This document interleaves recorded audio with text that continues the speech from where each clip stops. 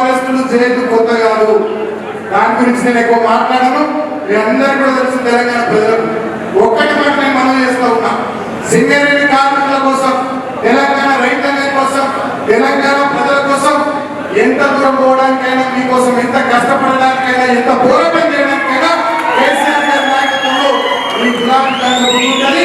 ఖచ్చితంగా రాబోయే రోజుల్లో ఇంకా మంచి మంచి కార్యక్రమాలు చేపడుతూ కార్మికుల ప్రయోజనాలు, సింగరేణి సంస్థ పరిరక్షణ చేయాలి. ఈ ప్రాంతంలో ఉన్నటువంటి మేమంతా పనిచేస్తాం. ఎందుకంటే టీఆర్ఎస్ పార్టీకి సింగరేణితో ఉన్నది పేరుమందం. ఇవాళ రేవంత్ రెడ్డికి సింగరేణి ఒక బంగారు బాబులా కనబడతా ఉన్నది. అందుకే బాబుని సృజన్ రెడ్డి పెట్టి మొత్తం దోసుకుంటా ఉన్నది. సింగరేణి ఒకప్పుడు అద్భుతంగా కేసీఆర్ నాయకత్వంలో ఎదిగినటువంటి సంస్థ ఇవాళ ఎట్లా తప్పాలైంది, ఎట్లా నష్టపోతా ఉంది కార్మికులకు అన్ని విషయాలు అందగారు వివరిస్తారు. కానీ ఒకనాడు కలకలాడినటువంటి సింగరేణి మీ ప్రాంత ప్రజాప్రతినిధులుగా చూసినటువంటి మేము ఇవాళ వెలవెలబోతున్నటువంటి సింగరేణిని, బాధపడుతున్నటువంటి కార్మికుల కుటుంబాలను చూసి ఇవాళ మేమంతా కూడా ఆవేదన చెందుతా ఉన్నాం. డెఫినెట్ గా మళ్ళా మీ అందరి దయతోని ఎక్కడ పోగొట్టుకుందో టీఆర్ఎస్ అక్కడే రాబట్టుకుంటది.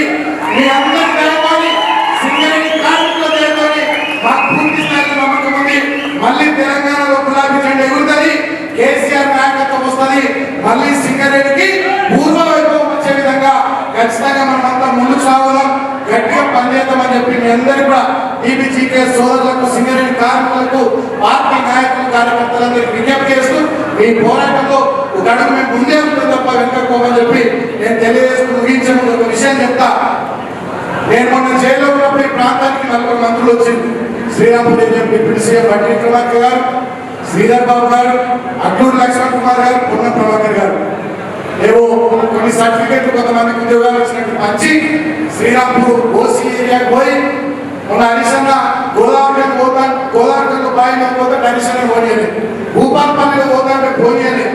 కానీ ఈ అధికారులు మాత్రం సింగరేణి అధికారులు కానీ, పోలీస్ అధికారులు కానీ, డిప్యూటీ సీఎం గారిని, మంత్రులను బ్రహ్మాండంగా కాంగ్రెస్ ఎమ్మెల్యేలను తీసుకొని పోయి ఆ ఓసీ ఏరియాతో తెప్పించి 4 ఫోటోలు 5 వీడియోలు పంపించి సింగరేణి ఎంత మంచిగా ఉందని చెప్పి కలరించే ప్రయత్నం చేసి